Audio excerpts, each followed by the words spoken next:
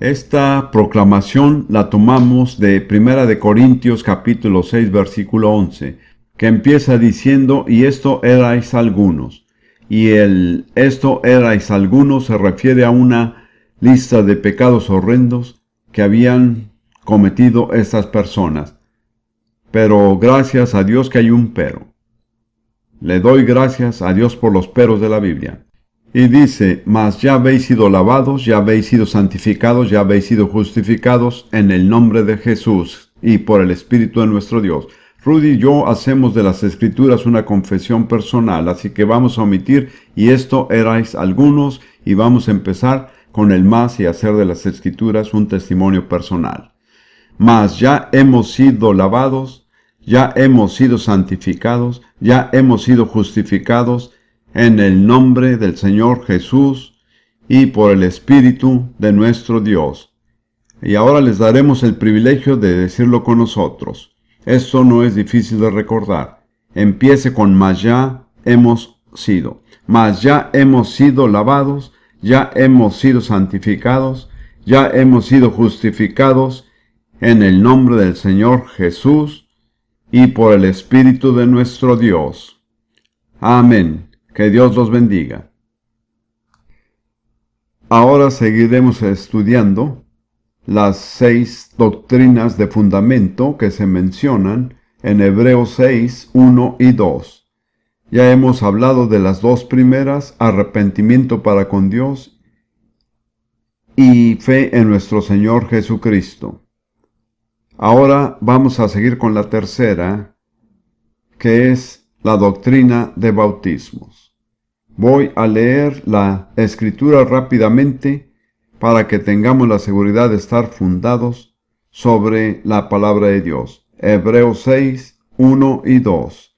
Por tanto, dejando ya los rudimentos, prefiero decir las verdades básicas de la doctrina de Cristo, vamos adelante a la perfección, a la madurez o plenitud, no echando otra vez el fundamento del arrepentimiento de obras muertas, de la fe en Dios. Luego está la tercera, de la cual hablaremos este día, la doctrina de bautismos. En vez de doctrina pudiéramos decir la enseñanza. Y fíjense que la palabra bautismo está en plural, bautismos. Hay más de un bautismo. En realidad, en el Nuevo Testamento se mencionan 3 bautismos diferentes. Y vamos a estudiar cada uno de ellos a su debido tiempo. Permítanme primeramente mencionar brevemente y cada uno de los 3 bautismos. Número 1, el bautismo de Juan el Bautista. Número 2, el bautismo cristiano que no es igual. Y número 3, el bautismo en el Espíritu Santo.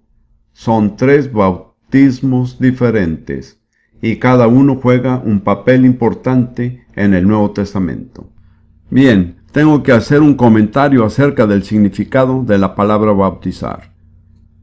En realidad esta no es una palabra en español, es una palabra del idioma griego que ha sido literalmente transliterada, como dicen. La palabra bautizar viene directamente de una palabra en griego, baptizo, y no se traduce, sino que se lleva directamente al español. Puede haber varias razones por las que ha podido pasar esto. Tal vez no fue sino una tradición de la iglesia, o puede ser que los traductores no quisieron ofender a la iglesia establecida al traducir el significado correcto de la palabra. No lo sé y no apoyo ningún punto de vista en particular, pero si volvemos al griego no hay ninguna duda en cuanto al significado correcto de la palabra. Quiere decir sumergir. Sumergir. Y se puede sumergir de 2 maneras, y vemos ambas en el Nuevo Testamento. Se puede sumergir un objeto metiéndolo en agua hasta que el agua lo cubre totalmente, y también se puede sumergir vertiendo agua encima de él. Pero de ambas maneras es una inmersión total, no es parcial. En realidad el bautismo implica una transición. Cada uno de los bautismos que menciona el Nuevo Testamento en realidad representa una transición. Se pasa de una cosa a otra. Todo su ser se mueve, no solo una parte. Por esta razón me parece importante enfatizar que el bautismo implica una inmersión total. No solo afecta una pequeña parte de su ser, el proceso del bautismo afecta todo su ser. Ahora, la palabra se usa con 2 o 3 preposiciones diferentes. Necesitamos explicar esto en un momento. Se usa con la preposición en y también con la preposición para. Ahora bien, la preposición en se refiere al elemento en el cual la persona es sumergida. Puede ser agua o puede ser el Espíritu Santo. La preposición para se refiere al producto final, es decir, al fruto del bautismo. ¿A qué se pasa como resultado de la transición del bautismo? Por ejemplo, el bautismo de Juan el Bautista fue un bautismo en agua para arrepentimiento o perdón de pecados. Entonces es en o para. El bautismo en el Espíritu Santo, del cual no vamos a hablar todavía, es un bautismo en el Espíritu, para llegar a formar parte del cuerpo de Jesucristo. Veremos eso más adelante. Pero en fin, cuando hablamos del bautismo hay que hacer estas 2 preguntas. ¿En qué se bautiza y para llegar a qué? Ahora miremos el bautismo de Juan el Bautista, quien recibió su nombre debido al hecho de que bautizaba.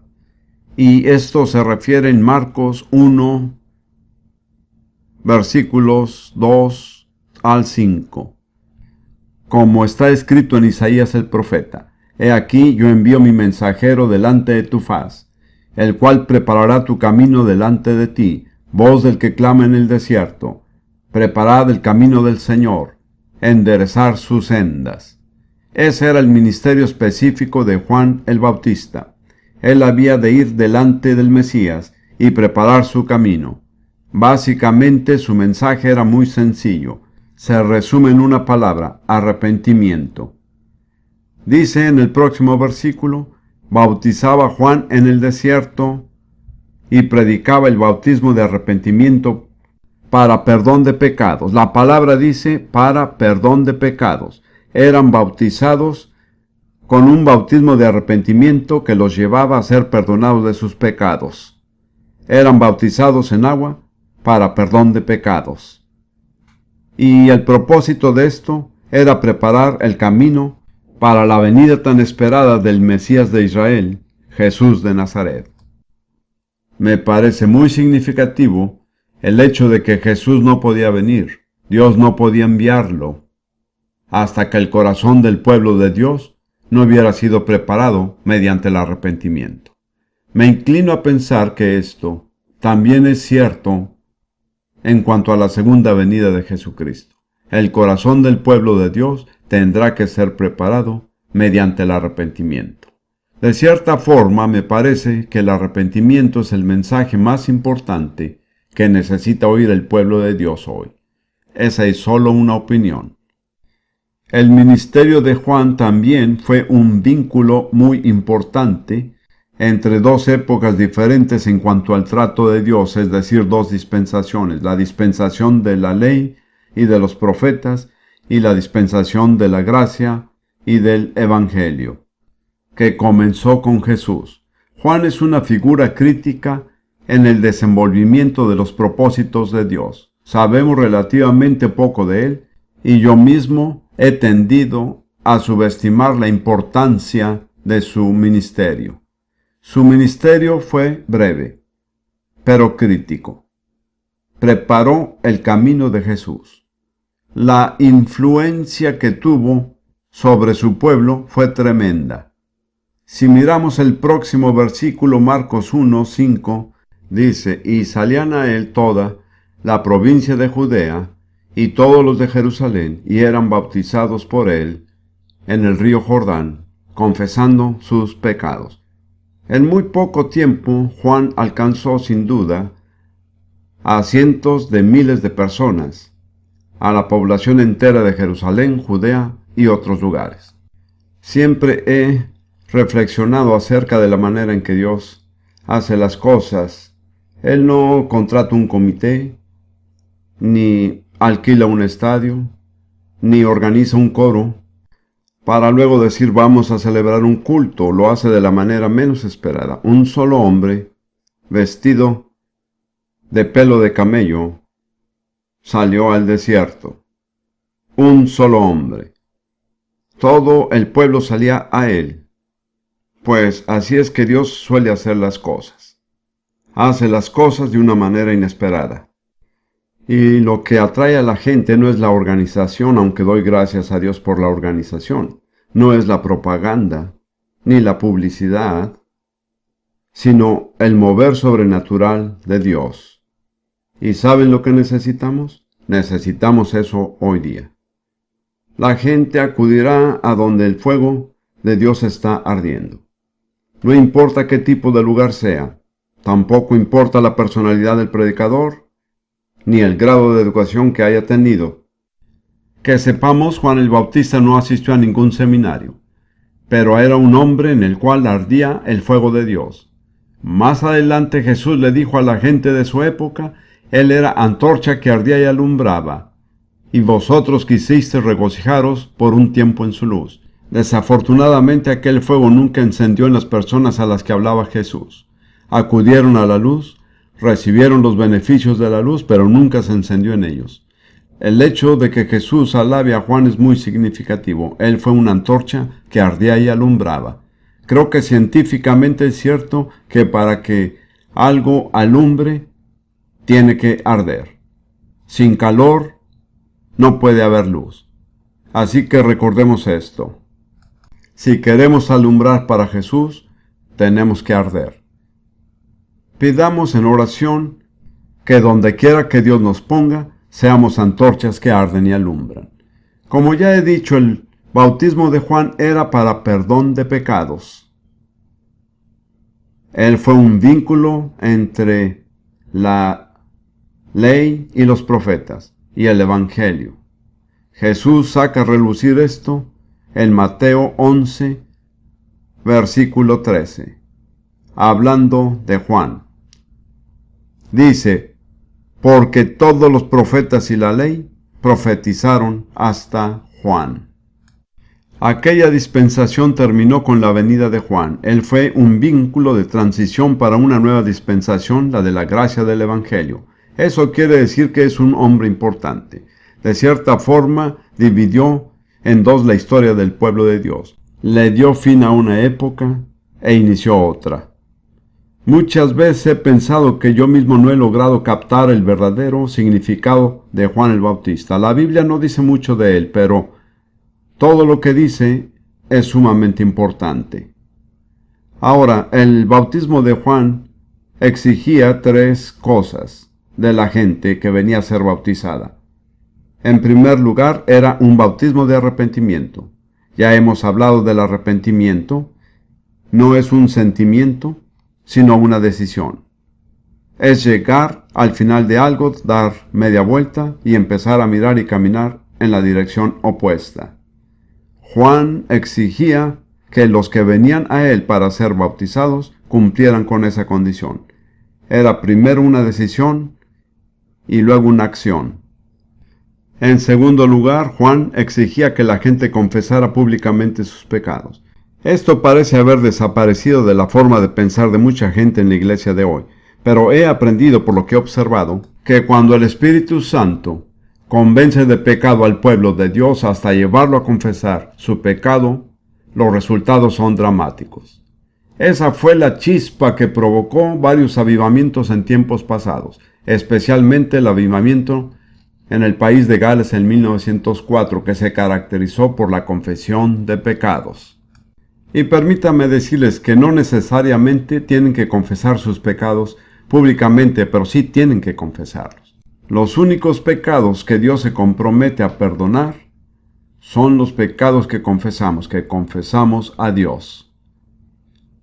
Juan dice en su primera epístola, el otro Juan, Juan el apóstol, si confesamos nuestros pecados, Él es fiel y justo para perdonar nuestros pecados y limpiarnos de toda maldad. Pero esa oración empieza con la palabrita sí.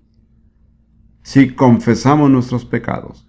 Si no los confesamos, no tenemos ninguna garantía de que Dios los perdone. He tratado con muchísimos creyentes a través de los años que tienen un montón de pecados que no han confesado. Entonces vienen para recibir sanidad o bendición y se preguntan por qué no son sanados. Tienen una carga tremenda. David dijo, como carga pesada se han agravado sobre mí. Queridos amigos, hay algunos de ustedes aquí hoy que tienen una carga muy pesada porque tienen amontonados pecados que no han confesado. Sería provechoso para algunos de ustedes apartarse con Dios, abrir su corazón al Espíritu Santo y decir, Señor, muéstrame lo que necesito confesar. Pero por favor recuerden lo que dije, si no confiesan, no hay ninguna garantía de que Dios los perdone. Pero si los confesamos, Él nos perdonará. La tercera cosa que Juan el Bautista exigía era que hubiera pruebas de una vida cambiada. Él exigía ver una prueba de que la persona se había arrepentido. Cuando venían a él personas que aparentemente no se habían arrepentido, él se negaba a bautizarlas. Se trataba en gran parte de las personas religiosas de aquella época, los fariseos y saduceos. Jesús señaló y les dijo a los fariseos, los publicanos, los recaudadores de impuestos y las rameras, creyeron en Juan, y ustedes no. Ellos entrarán al reino de Dios antes que ustedes. Esto es muy típico. A las personas muy religiosas les cuesta hacerle frente al hecho de que Dios quiere hacer algo nuevo en la iglesia. A veces he dicho que cuando viene un nuevo mover del Espíritu, es como si se añadiera otro piso al edificio. Y por lo general las personas le colocan el techo y dicen hasta aquí y no más. Y la próxima vez que empieza a soplar el viento de Dios, lo primero que él hace es soplar y volar el techo. Estas personas tienden a resentirse y les cuesta mucho moverse con lo que Dios quiere hacer. Los fariseos eran así, y esto fue lo que dijo Juan. Él era un hombre muy franco.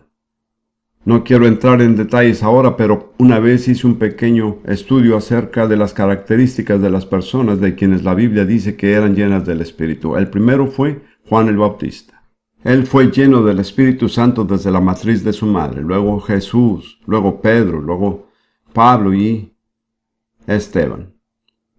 Y descubrí algo alarmante. La mayoría de ellos terminaron siendo mártires. Otra cosa que descubrí es que todos eran personas que hablaban claramente. No usaban un lenguaje religioso. El Espíritu Santo no puede apoyar algo que sea vago o impreciso. Él quiere que se digan las cosas claramente. Si miramos lo que dijo Juan, muchos predicadores hoy no hablarían así. En Mateo 3, versículos 7 al 9. Al ver él que muchos de los fariseos y de los saduceos venían a su bautismo, les decía, generación de víboras, ¿quién os enseñó a huir de la ira venidera? Haced pues frutos dignos de arrepentimiento y no penséis decir dentro de vosotros mismos, a Abraham tenemos por padre, porque yo os digo que Dios puede levantar hijos a Abraham aún de estas piedras. Es una afirmación increíble, ¿verdad? Pues no dependa de su genealogía, ni de su formación religiosa. Tiene que cumplir con las condiciones de Dios personalmente. Esos eran los 3 requisitos para ser bautizado por Juan: arrepentimiento, confesión pública de pecados y una prueba de que la vida de la persona había cambiado. Quiero señalar algo aquí porque se aplica cada vez que se menciona el bautismo. Dice que él los bautizaba para arrepentimiento, pero no los bautizaba a menos que ya se hubieran arrepentido. De modo que el bautismo no producía el arrepentimiento, sino que era el sello y la prueba de que se habían arrepentido. Encontrarán que es así cada vez que se habla de bautizar para. No indica que el bautismo era lo que hacía que las personas entraran a una nueva etapa, sino que más bien era un sello que confirmaba que ya habían entrado. Hablaremos de esto más adelante. El bautismo de Juan tenía sus limitaciones. Solo llevaba a la gente hasta cierto punto. En primer lugar, no producía el nuevo nacimiento. En Mateo 11, versículo 11, Jesús dice de Juan el Bautista: de cierto os digo, entre los que nacen de mujer no se ha levantado otro mayor que Juan el Bautista, pero el más pequeño en el reino de los cielos, mayor es que él. Juan nació de mujer, pero nunca nació de nuevo. No nació de nuevo porque antes de la venida de Jesús era imposible hacerlo. Así que era uno de los mayores entre los nacidos de mujer. Pero el más pequeño en el reino de Dios es mayor que Juan, no por lo que seamos nosotros, sino por la posición en que Dios nos ha colocado en el reino mediante el nuevo nacimiento. Recuerden que Jesús dijo que el que no naciera de nuevo no podría ver ni entrar en el reino de Dios. De modo que Juan tenía sus limitaciones fijadas por Dios. En segundo lugar, y esto es importante, después de Pentecostés, el bautismo de Juan ya no tenía la aceptación y validez. Esto lo revela Hechos capítulo 19. Hechos capítulo 19, los primeros versículos. Aconteció que, entre tanto que Apolos estaba en Corinto, Pablo, después de recorrer las regiones superiores, vino a Éfeso, y hallando a ciertos discípulos les dijo: ¿recibiste el Espíritu Santo cuando creíste? No nos dice de quién eran discípulos. Parece que Pablo no estaba seguro, pero les hizo una pregunta que me imagino que hacía donde quiera que iba: ¿recibiste el Espíritu Santo cuando creíste? Lo cual demuestra que es posible creer sin haber recibido el Espíritu Santo. Mi primera esposa era como Pablo. Tenía muchísimo empeño en que la gente recibiera el Espíritu. Cada vez que conocía a alguien le preguntaba: ¿has recibido el Espíritu Santo? Me parece que hoy día nos tardamos bastante en preguntarle eso a la gente: ¿recibiste al Espíritu Santo cuando creíste? Pues entonces Pablo se dio cuenta de algo, y ellos le dijeron: ni siquiera hemos oído si hay Espíritu Santo. Entonces dijo: ¿en qué pues fuisteis bautizados?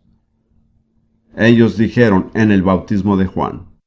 Esto se puede interpretar de diferentes maneras, pero si ellos dijeron: no nos hemos enterado de que haya un Espíritu Santo, ¿por qué habrá dicho Pablo: en qué pues fueron bautizados? ¿Qué importancia tiene ese pues? ¿Por qué no podían haber sido cristianos si no habían oído acerca del Espíritu Santo? Una explicación es que Jesús les dijo a sus discípulos en Mateo 28, bautizándolos en el nombre del Padre, y del Hijo, y del Espíritu Santo. Si hubieran sido bautizados con ese bautismo, hubieran sabido que había un Espíritu Santo. Así que Pablo se dio cuenta de que nunca habían sido bautizados como creyentes en Jesús, solo habían recibido el bautismo de Juan. Pablo siguió diciendo: Juan bautizó con bautismo de arrepentimiento, diciendo al pueblo que creyesen en aquel que vendría después de él, esto es, en Jesús el Cristo. Pablo dijo que ese había sido un bautismo de preparación, pero ahora que Jesús había venido y había muerto y resucitado, ya no era suficiente. Entonces, en el versículo 5 dice: cuando oyeron esto, fueron bautizados en el nombre del Señor Jesús. Ese es el punto crítico. Para poder ser bautizado, hay que primero reconocer a Jesús como Señor y Mesías. Y habiéndoles impuesto Pablo las manos, vino sobre ellos el Espíritu Santo, y hablaban en lenguas y profetizaban. Pablo era muy minucioso. No aceptaba nada que fuera superficial, quería algo real y quería las cosas bien hechas. Les dijo que era necesario que creyeran en Jesús, fueron bautizados en agua, y después de bautizarse en agua, que era una experiencia en sí, Pablo les impuso las manos, y hablaron en lenguas y profetizaron. Dije eso para mostrarles hasta dónde llegaba el bautismo de Juan. Ahora quiero hablar del bautismo cristiano, que es la frase que uso yo. y lo que significa ser bautizado como creyente en Jesús.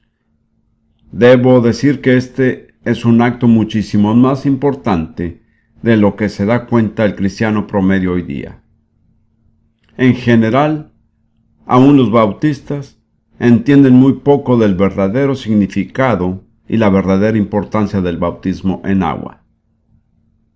Quiero afirmar que no somos bautizados en Cristo Jesús porque seamos pecadores. No es un bautismo de arrepentimiento. Analicémoslo en Mateo 3, versículos del 3 al 17. Entonces Jesús vino de Galilea a Juan al Jordán para ser bautizado por él. Mas Juan se le oponía diciendo: Yo necesito ser bautizado por ti, ¿y tú vienes a mí? Ahora, en ese momento, Juan no sabía que Jesús era el Mesías, porque el Evangelio de Juan dijo: Solo supe que era el Mesías cuando el Espíritu de Dios descendió sobre él y permaneció sobre él. Eso da testimonio de la vida de Jesús. Aunque Juan no sabía que era el Mesías, dijo: Tú eres más justo que yo. Yo no debería ser el que te bautiza. Pero Jesús le respondió: Deja ahora, porque así conviene que cumplamos toda justicia. Entonces le dejó. Y Jesús, después que fue bautizado, subió luego del agua, y aquí los cielos le fueron abiertos, y vio al Espíritu de Dios que descendía como paloma, y venía sobre él. Y el Evangelio de Juan dice que permaneció sobre él. Y hubo una voz de los cielos que decía: Este es mi Hijo amado, en quien tengo complacencia. Es imposible recalcar demasiado la importancia que le atribuye el Nuevo Testamento al bautismo en agua. Aquí las tres personas de la Trinidad lo sancionaron. Jesús fue bautizado, el Espíritu Santo descendió sobre él, lo cual no había ocurrido hasta el momento de su bautismo en agua. Y entonces Dios Padre habló desde el cielo diciendo: Este es mi Hijo amado, en quien tengo complacencia. Casi pudiéramos decir que Dios se desvivió por recalcar la gran importancia que tiene a sus ojos el ser bautizado en agua. Quiero hablar acerca de lo que es el bautismo cristiano. No es un bautismo de arrepentimiento, porque Jesús no tuvo ningún pecado de que arrepentirse. No fue bautizado porque se hubiera arrepentido. Fue bautizado por Juan, pero no fue bautizado con el bautismo de Juan. ¿Cuál fue el propósito de su bautismo? Él mismo lo dice: Deja ahora, porque así conviene que cumplamos toda justicia. No dice que cumpla yo, sino que cumplamos. Él se identifica con todos los que le seguirán su ejemplo al ser sumergidos en las aguas del bautismo. Dice que es apropiado, que es conveniente, que conviene que así se cumpla toda justicia. Eso es lo que hacemos cuando somos bautizados en el nombre de Jesucristo, como seguidores de Cristo. No somos bautizados con un bautismo de arrepentimiento. Nos hemos arrepentido, pero no es por eso que nos bautizamos. Nos bautizamos para cumplir toda justicia, para completar toda justicia. Este es un punto tan importante que quiero recalcarlo. Vayamos a Romanos 5, versículo 1. Pablo dice de nosotros, los que creemos en Jesús: Justificados pues por la fe, tenemos paz para con Dios por medio de nuestro Señor Jesucristo. Pablo dice que hemos sido justificados por medio de nuestra fe en Jesús. El vocablo justificado es uno de los más importantes del Nuevo Testamento, pero poco entendido. Yo digo que tiene varios significados: exonerado, declarado no culpable, considerado justo y hecho justo. Significa todo eso. Mediante nuestra fe en Jesús, hemos sido exonerados, declarados no culpables, se nos ha atribuido la justicia y hemos sido hechos justos. Y por eso es que debemos ser bautizados. No porque nos hayamos arrepentido de nuestros pecados, sino porque es la forma en que completamos nuestra justicia. Ya se nos ha atribuido la justicia mediante nuestra fe en Jesús. Ahora, el bautismo en agua es la manera apropiada de cumplir o completar o poner en práctica esa justicia. Me parece que hoy día esto se entiende muy poco. Por lo general, como he dicho, la gente entiende muy poco la importancia del bautismo. Le dicen a uno, bueno, si quieres bautizarte, vamos a tener un culto para bautismos en 2 semanas, anótate en la lista. El Nuevo Testamento no presenta el bautismo de esa manera. Se lo voy a mostrar. Básicamente, el bautismo es un compromiso. Estoy hablando del bautismo cristiano. Es una identificación con Jesús en su muerte, sepultura y resurrección. En Romanos capítulo 6, versículo 3. ¿O no sabéis que todos los que hemos sido bautizados en Cristo Jesús hemos sido bautizados en su muerte? Porque somos sepultados juntamente con Él para muerte por el bautismo, a fin de que como Cristo resucitó de los muertos por la gloria del Padre, así también nosotros andemos en vida nueva. De modo que el bautismo cristiano constituye una identificación con Cristo en su muerte, sepultura y resurrección. Hemos muerto con Él, somos sepultados con Él en el sepulcro de las aguas, y luego del sepulcro de las aguas nos levantamos con Él para andar en vida nueva. Una vida distinta a la que llevamos anteriormente. Pablo dice que Cristo fue resucitado de los muertos por la gloria del Padre. Pero si regresamos a Romanos 1, versículo 4, vemos que Él fue resucitado de los muertos por el Espíritu Santo. Entonces, cuando somos bautizados, quiere decir que hemos llegado al final de nuestra propia vida. Ya no hacemos las cosas por nuestra propia justicia y nuestras propias fuerzas. De ahí en adelante vamos a ser como Jesús. Cuando salimos del sepulcro de las aguas, es para andar en el poder del Espíritu Santo. Jesús no se levantó a sí mismo de los muertos. Eso es muy significativo. Fue resucitado de los muertos por Dios Padre, por medio del Espíritu Santo. Pablo dice en Romanos 1, versículo 4, que fue declarado Hijo de Dios con poder, según el Espíritu de Santidad, por la resurrección de entre los muertos. 2 pensamientos diferentes, uno judío y el otro romano. Lo habían sentenciado a muerte como criminal, pero al tercer día, cuando la tumba fue abierta y Jesús resucitó de los muertos, Dios revocó esa sentencia. Dijo, este es mi Hijo, Él es completamente justo, y lo estoy reviviendo porque Él va a ser el autor de la vida y de la piedad a todos los que creen en Él. Qué importante es la resurrección. Pues mediante el bautismo en agua representamos la realidad de la resurrección. Hace años trabajaba con estudiantes africanos, entrenándolos como profesores. Y les decía lo siguiente: la gente recuerda 30% de lo que oye, 60% de lo que oye y ve, y 90% de lo que oye, ve y pone en práctica. Así que no tengan a sus estudiantes sentados en un pupitre escuchando algo. Pónganlos a hacer una actividad que demuestre que han entendido la lección. Dios sigue los mismos principios. No nos enseña una teoría solamente, nos permite ver ciertas verdades y también representarlas. Cada vez que se lleva a cabo un bautismo en agua, es una representación más de la muerte, sepultura y resurrección de Jesucristo. En la iglesia primitiva, las personas no podían formar parte de la iglesia a menos que tomaran parte en esa representación de la fe que profesaban. No era suficiente decir yo creo. Tenían que representar su creencia. Ahora, una vez que hemos sido sepultados y resucitados, nuestra vida ya no nos pertenece. Si una persona quiere seguir viviendo su propia vida, no debería bautizarse, porque el bautismo es su sentencia de muerte, y luego es su resurrección. Pero cuando es resucitada, su vida ya no le pertenece. Bautizarse es comprometerse a ser discípulo.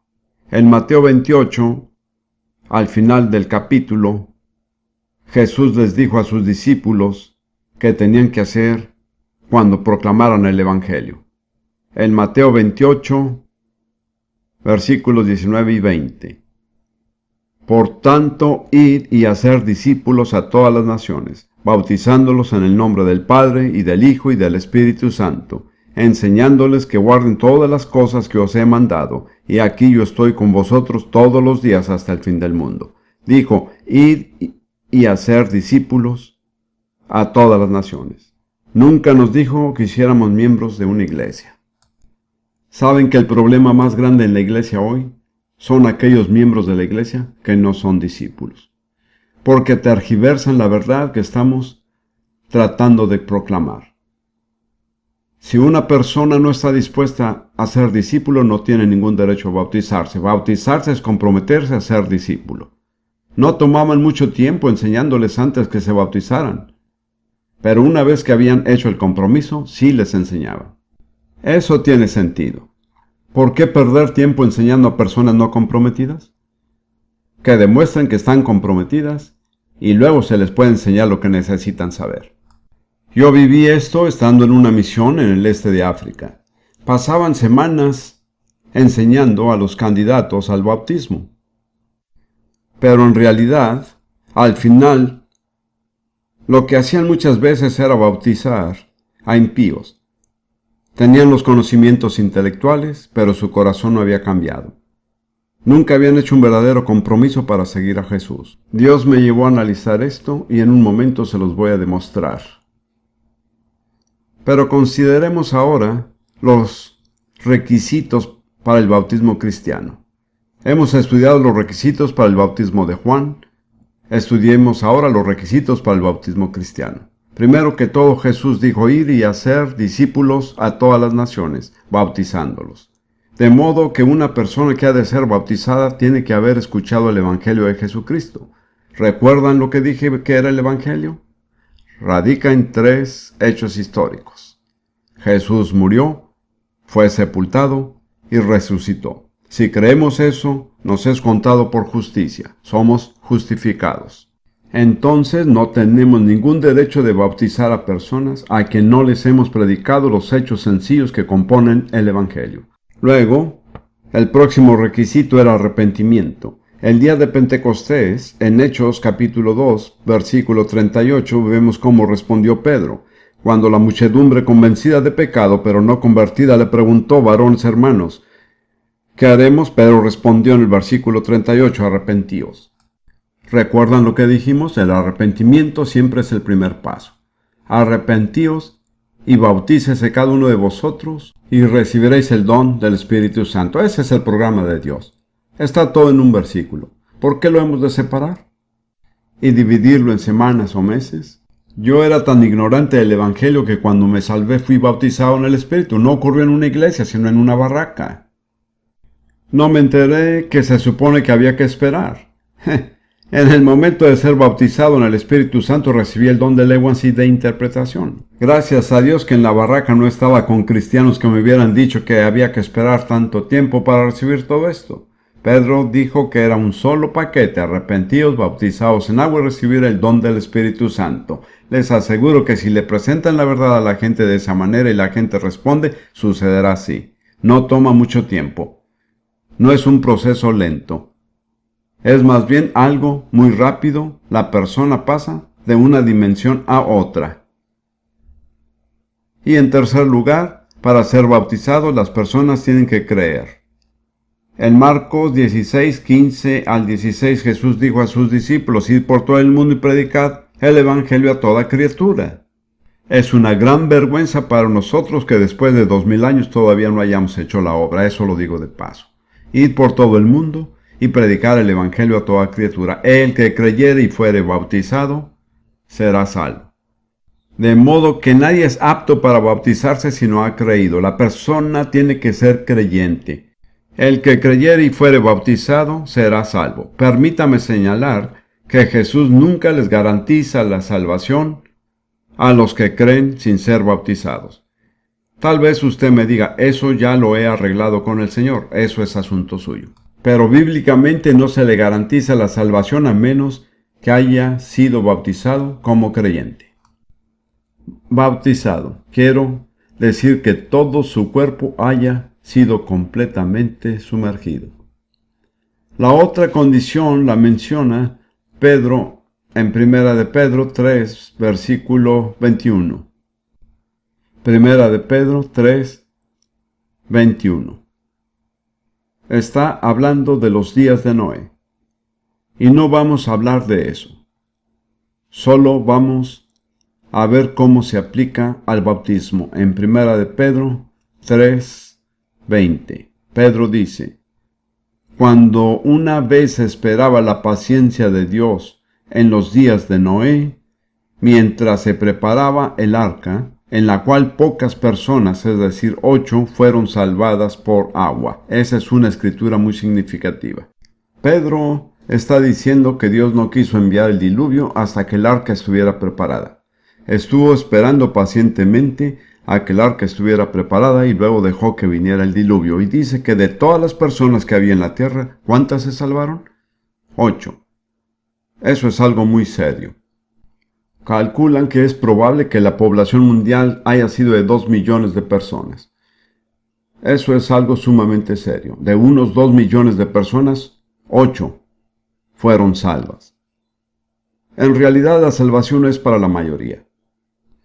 En nuestra sociedad, entre comillas, democrática, hay tantos asuntos que se solucionan según la decisión de la mayoría. Los asuntos de Dios nunca se solucionan de esta manera.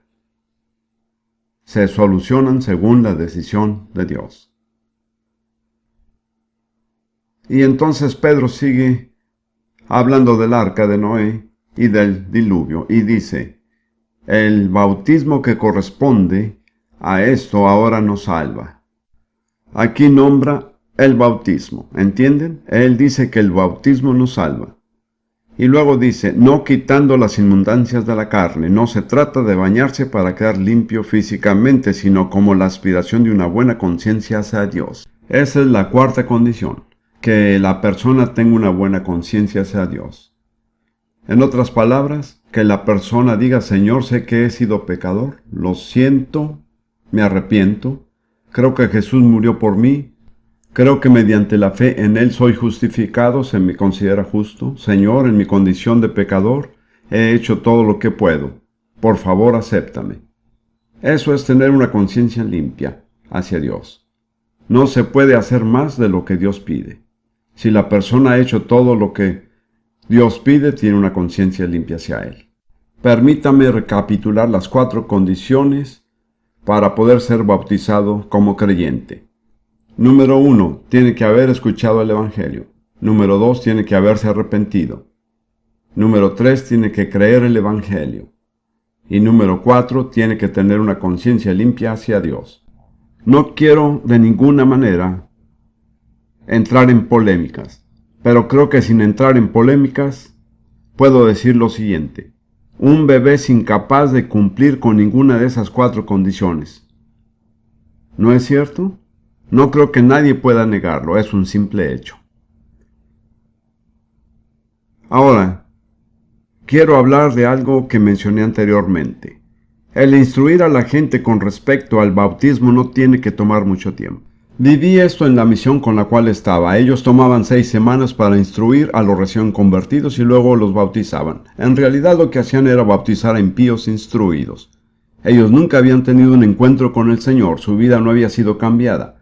Eran buenas personas, pero permítanme señalar ciertas verdades en cuanto a este lapso de tiempo. El día de Pentecostés, 3,000 personas fueron bautizadas el mismo día que oyeron el mensaje.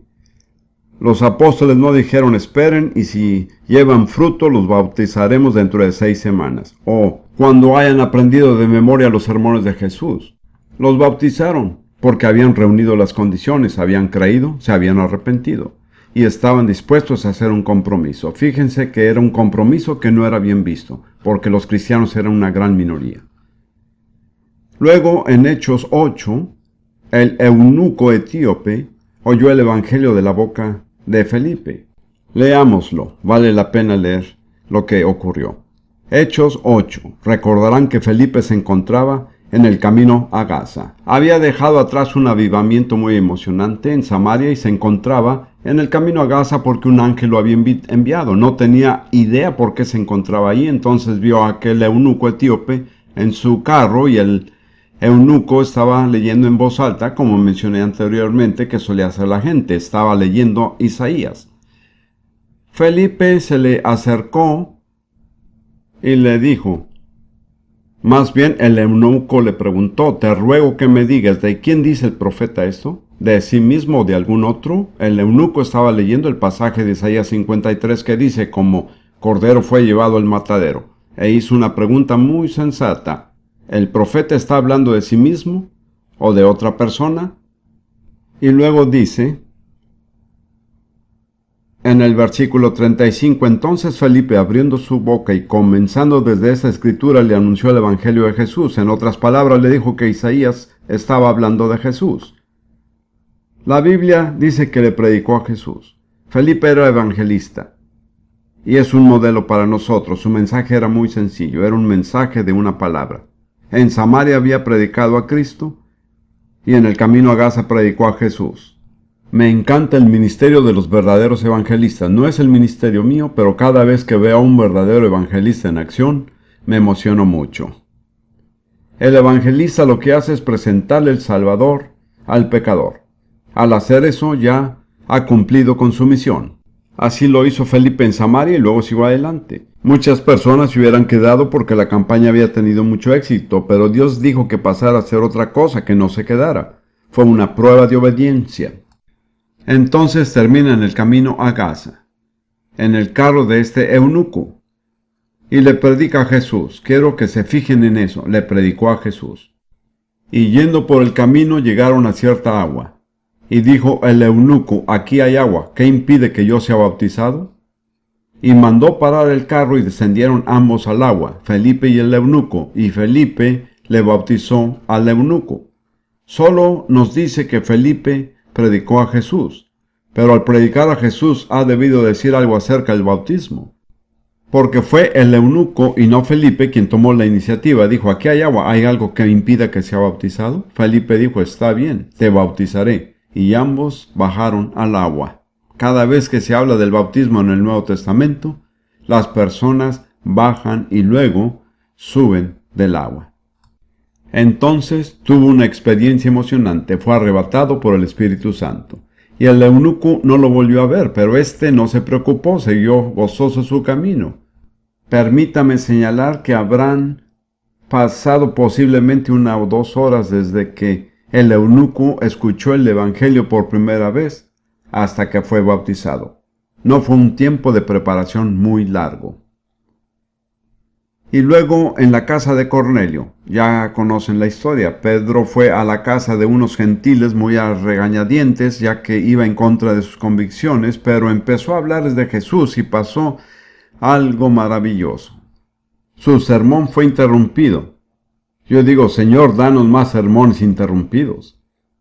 El Espíritu Santo interrumpió el sermón y mientras la gente escuchaba, dice en el versículo 44, mientras aún hablaba Pedro estas palabras, el Espíritu Santo cayó sobre todos los que oían el discurso. Y los fieles de la circuncisión que habían venido con Pedro se quedaron atónitos, porque el don del Espíritu Santo fue derramado sobre los gentiles. Noten que esto constituye una inmersión, hablaremos más adelante de esto, pero fueron sumergidos desde arriba.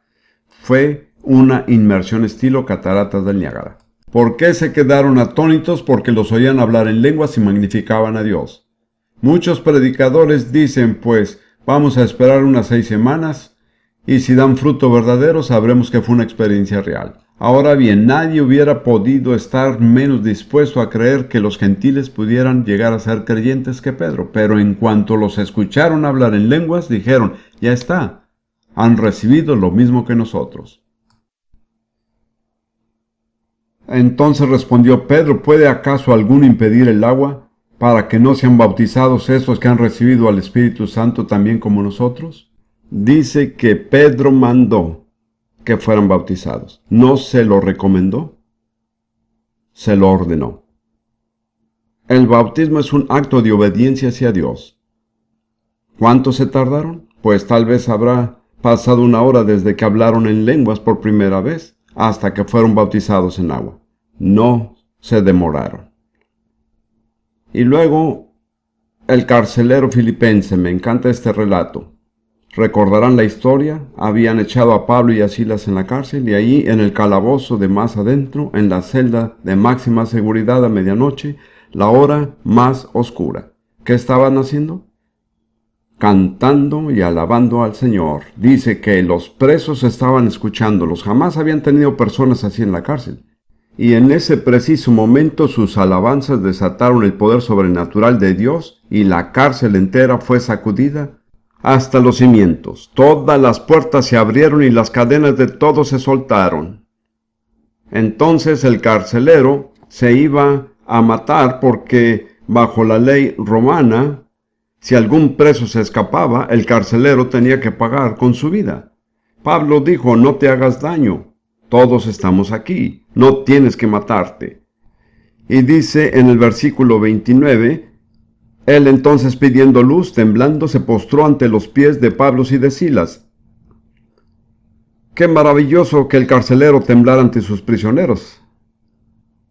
Y sacándolo les dijo, señores, ¿qué debo hacer para ser salvo? Ellos dijeron, cree en el Señor Jesucristo y serás salvo tú y tu casa. Hay tantas personas que omiten esta parte. Pero como cabeza de su familia, él tenía el derecho de creer que su familia sería salva y dice, y le hablaron la palabra del Señor a él y a todos los que estaban en su casa. Todos tenían suficiente edad como para oír la palabra del Señor, y él tomándolos en aquella misma hora de la noche, les lavó las heridas y enseguida se bautizó él con todos los suyos. Ni siquiera esperaron que amaneciera. Era urgente. No sé si puedo comunicarles lo urgente que era el bautismo en agua para los cristianos del Nuevo Testamento. No perdían tiempo, no esperaban un culto para bautismos, porque su salvación dependía de ello.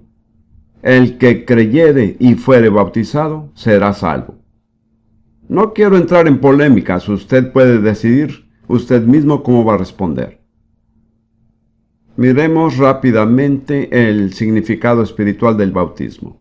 Brevemente veamos lo que dice en Romanos 6. Busquémoslo un momento.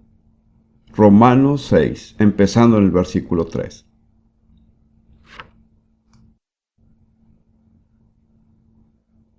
¿O no sabéis que todos los que hemos sido bautizados en Cristo Jesús hemos sido bautizados en su muerte? Cada vez que Pablo dice no sabéis, me he dado cuenta que la mayoría de los cristianos hoy día no saben. Es increíble.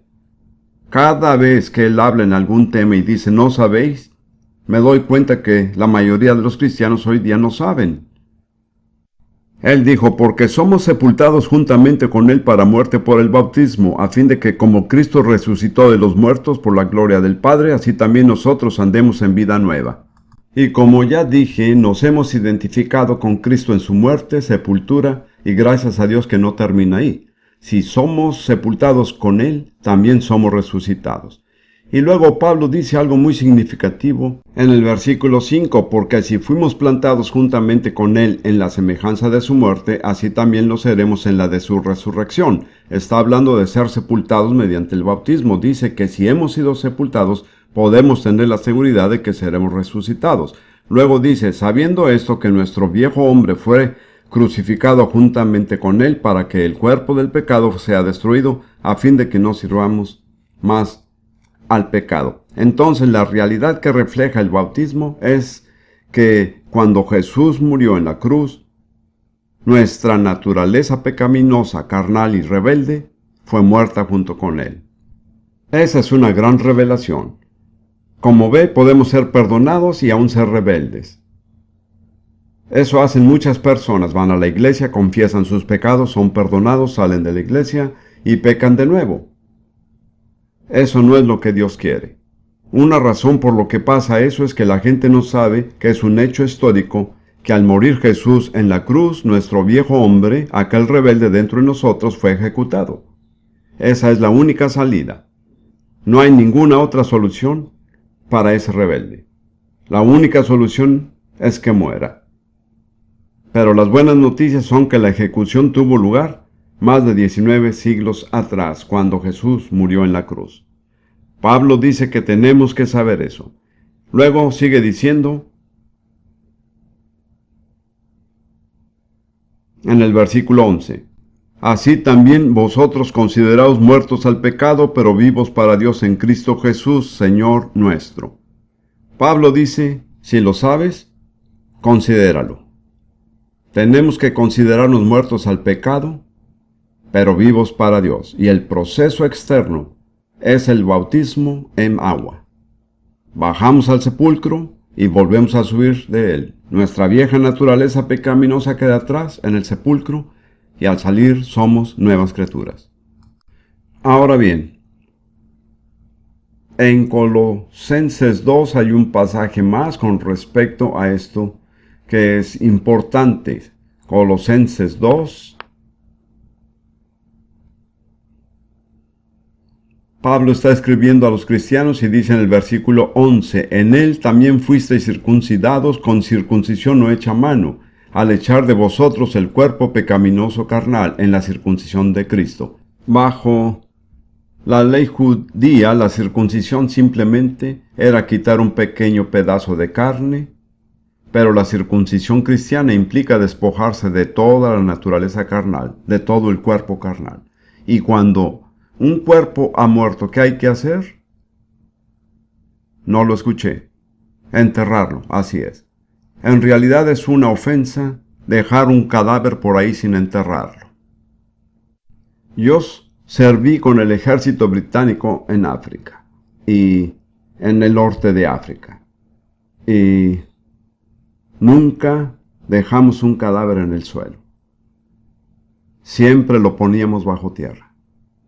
Y creo que eso es importante. Si usted ha muerto, no se quede por ahí sin enterrar. Se ha enterrado.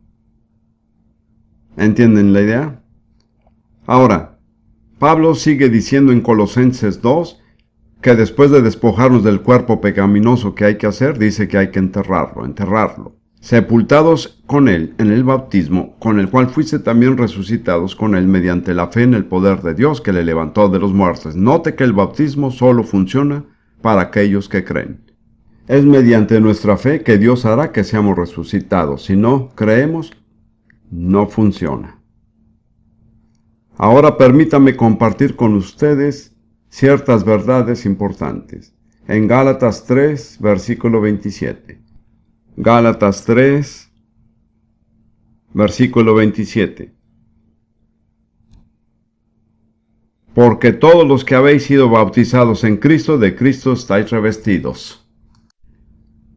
¿En qué somos bautizados? En Cristo. No somos bautizados en una denominación o en una iglesia. Ese es un grave error. Nuevamente pienso en el tiempo que pasé en el este de África. La misión evangélica más grande allí no aceptaba a nadie como miembro que no hubiera sido bautizado en su misión. La persona podía haber sido bautizada como creyente de manera completamente legítima, pero si no había sido en esa misión, tenía que volver a bautizarse. Ese es un error. No somos bautizados en una iglesia, gracias a Dios, sino en Cristo. Ningún otro bautismo es suficiente, pero Cristo. Luego, como he dicho, solo llega a ser eficaz mediante la fe. Tenemos que entender que el poder para vivir nuestra vida nos la da el Espíritu Santo. El mismo Espíritu que levantó a Jesús de los muertos obra en nosotros. Ahora miremos rápidamente dos cuadros del bautismo en el Antiguo Testamento. El primero ya lo hemos visto en 1 de Pedro 3, 20 y 21, el arca de Noé. Pedro dice que el arca de Noé es un tipo del bautismo en agua.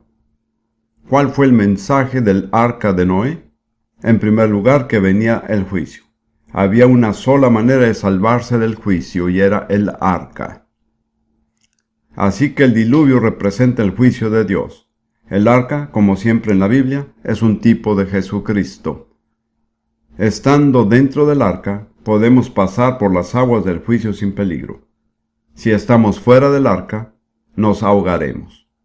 No hay ninguna otra vía de escape, sino estando en el arca, es decir, en Jesucristo. Y estando allí, pasamos por las aguas sin ningún peligro y salimos a una nueva vida. una vida totalmente diferente. Las aguas se han llevado nuestra vieja vida y una nueva vida se extiende ante nosotros. Eso es lo que representa el arca de Noé. Y también hay otro cuadro que miraremos rápidamente. Primera de Corintios 10, versículos 1 y 2. Primera de Corintios 10, 1 y 2. Porque no quiero, hermanos, que ignoréis que nuestros padres todos estuvieron bajo la nube, y todos pasaron el mar, y todos en Moisés fueron bautizados en la nube y en el mar. Y luego dice, mas estas cosas sucedieron como ejemplos para nosotros. Aquí Pablo está diciendo que durante el Éxodo, al ser liberados de Egipto, todo judío pasó por dos experiencias. La nube bajó y los cubrió desde arriba, y Pablo dice que fueron bautizados en la nube. Además bajaron al agua, pasaron por el agua y volvieron.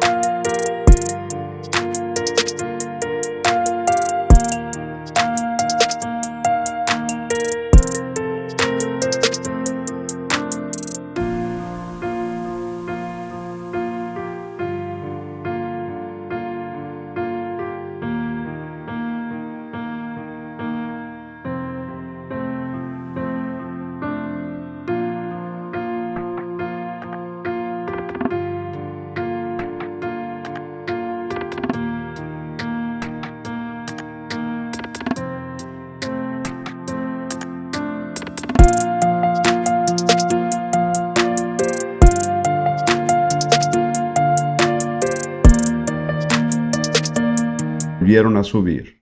Y Pablo dice que fueron bautizados en el mar. De modo que Dios ha dispuesto un doble bautismo para cada creyente. La nube baja sobre el creyente desde arriba y éste es sumergido en ella. Baja al agua, pasa por ella y vuelve a subir. Y cuando los israelitas subieron del agua, empezaron una nueva vida, con nuevas leyes y un nuevo líder. Todo lo demás lo dejaron atrás. Fue el agua que impidió que los egipcios los siguieran. Es muy importante. Habían sido salvos en Egipto por fe en la sangre del Cordero, pero eso no los separó de los egipcios. Fue el agua que los separó. Es el bautismo que nos separa. Podemos creer en la sangre de Jesús y ser salvos, pero no somos separados hasta que no seamos bautizados. He tratado literalmente con miles de personas que han sido liberadas de espíritus inmundos. Siempre que sea posible les digo que si quieren mantenerse libres, deben bautizarse en agua, porque esa es la separación. No lo hace la sangre. La sangre nos salva en Egipto. El agua nos separa de Egipto. Somos separados por el agua y por la nube. Dice que fueron bautizados en Moisés. En otras palabras, esa experiencia los llevó a estar bajo el liderazgo de Moisés, pues nosotros no somos bautizados en Moisés, somos bautizados en Cristo. Cristo viene a ser nuestro líder. Pero para llegar a estar en él de la manera bíblica, tenemos que ser cubiertos por la nube y pasar por el agua. Es tan claro.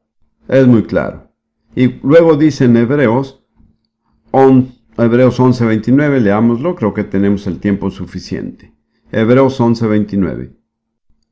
Aquí se hace hincapié de que es solo por fe.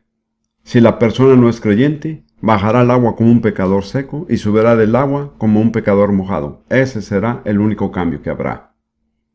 Oí una vez que un hombre dio testimonio de eso. Más adelante se salvó de verdad. Era solista, cantaba en una iglesia y para poder cantar en la iglesia le dijeron, exigimos a nuestros cantantes que se bauticen. Él dijo, está bien, y ahí estaba un pecador seco, bajó al agua y cuando subió era un pecador mojado. Eso fue lo único que pasó porque no había fe. Y aquí dice de los israelitas en Hebreos 11, versículo 29. Por la fe pasaron el mar rojo como por tierra seca. ¿Cómo lo hicieron? Por fe, así es. E intentando los egipcios hacer lo mismo, fueron ahogados. ¿Por qué? Porque no tenían fe. Entonces, si uno no es creyente y se bautiza en agua, lo único que hace es ahogarse. Solo podemos pasar a una nueva vida mediante la fe en Jesús. Este es un tema muy serio. mucho más serio de lo que se dan cuenta la mayoría de las denominaciones e iglesias hoy. He tratado muchas veces con personas que recibieron convicción de esto. Preguntaban, ¿qué hacemos ahora? Yo les decía, bautícense. ¿Cuándo? Cuanto antes, ahora mismo. En la Florida he llevado a personas a la playa. Después tenían que manejar hasta Miami, que son unos 30 kilómetros. Les decía, no les tengo muda de ropa. Ellos decían, eso no importa, regresaremos a casa mojados. Habían entendido la importancia del bautismo, lo urgente que es. Quiero plantearles que en la iglesia necesitamos volver a orientarnos en cuanto a nuestro concepto del bautismo. Es parte de la salvación. No le digo que si no ha sido bautizado pero es creyente no será salvo. Eso es entre usted y el Señor. Pero no tengo ninguna autoridad para decirle que será salvo. Dice que el que cree y es bautizado será salvo. ¿Por qué no oramos un momento? Señor Jesucristo, tú eres la cabeza sobre todas las cosas, la iglesia que es tu cuerpo. En este momento traemos a ti este grupo de personas. Tú eres el único que conoce el corazón de cada uno. Tú eres el único que sabe dónde están en su relación contigo. Pero Señor, si hay personas aquí que verdaderamente desean ser salvas y ser discípulos, pero que todavía no han sido bautizadas en agua, te pido de todo corazón que por el Espíritu Santo pongas en ellas un sentido de urgencia para que tomen ese paso necesario de obediencia. Señor Jesús, que esto sea para tu gloria y para la edificación de tu cuerpo. En tu nombre te lo pedimos. Amén.